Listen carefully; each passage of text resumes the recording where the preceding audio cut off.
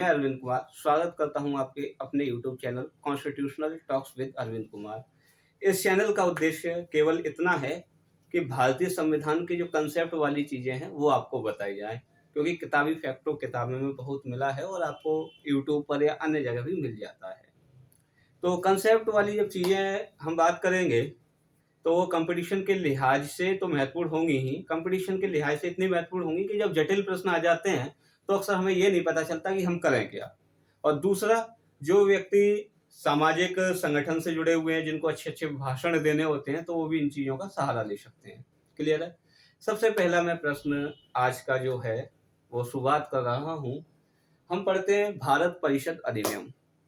भारत परिषद अधिनियम 1909, जैसे हम मार्ले मिल्टो अधिनियम भी कहते हैं, या मार्लो मिंटो अधिनियम क्यों कहते हैं, उसका एक छोटा-सा हम बात करना चाह रहे हैं कि उस समय मार्लो जो थे या मार्ले जो थे, उस समय लॉर्ड मार्ले कहते हैं वैसे तो, कि जो मार्ले थे वो भारत सचिव हुआ करते थे, जबकि मिंटो क्या थे?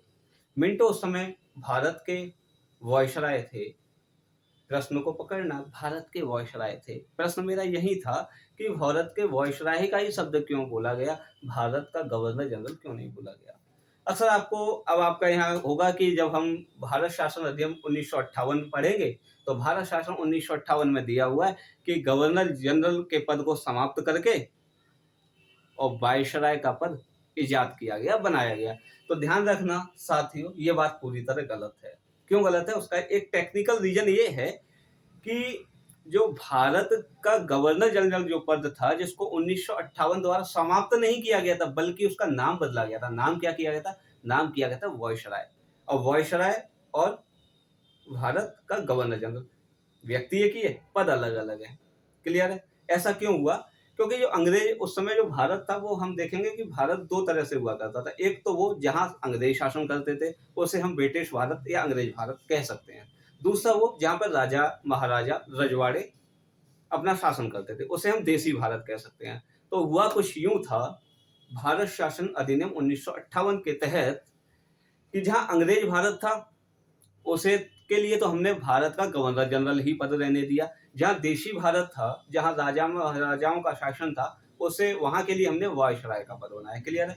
अंग्रेज जितने भी कानून यहाँ बना रहे थे दोस्तों, अंग्रेज जितने भी कानून यहाँ बना रहे थे, वो देशी भारत के लिए बना रहे थे।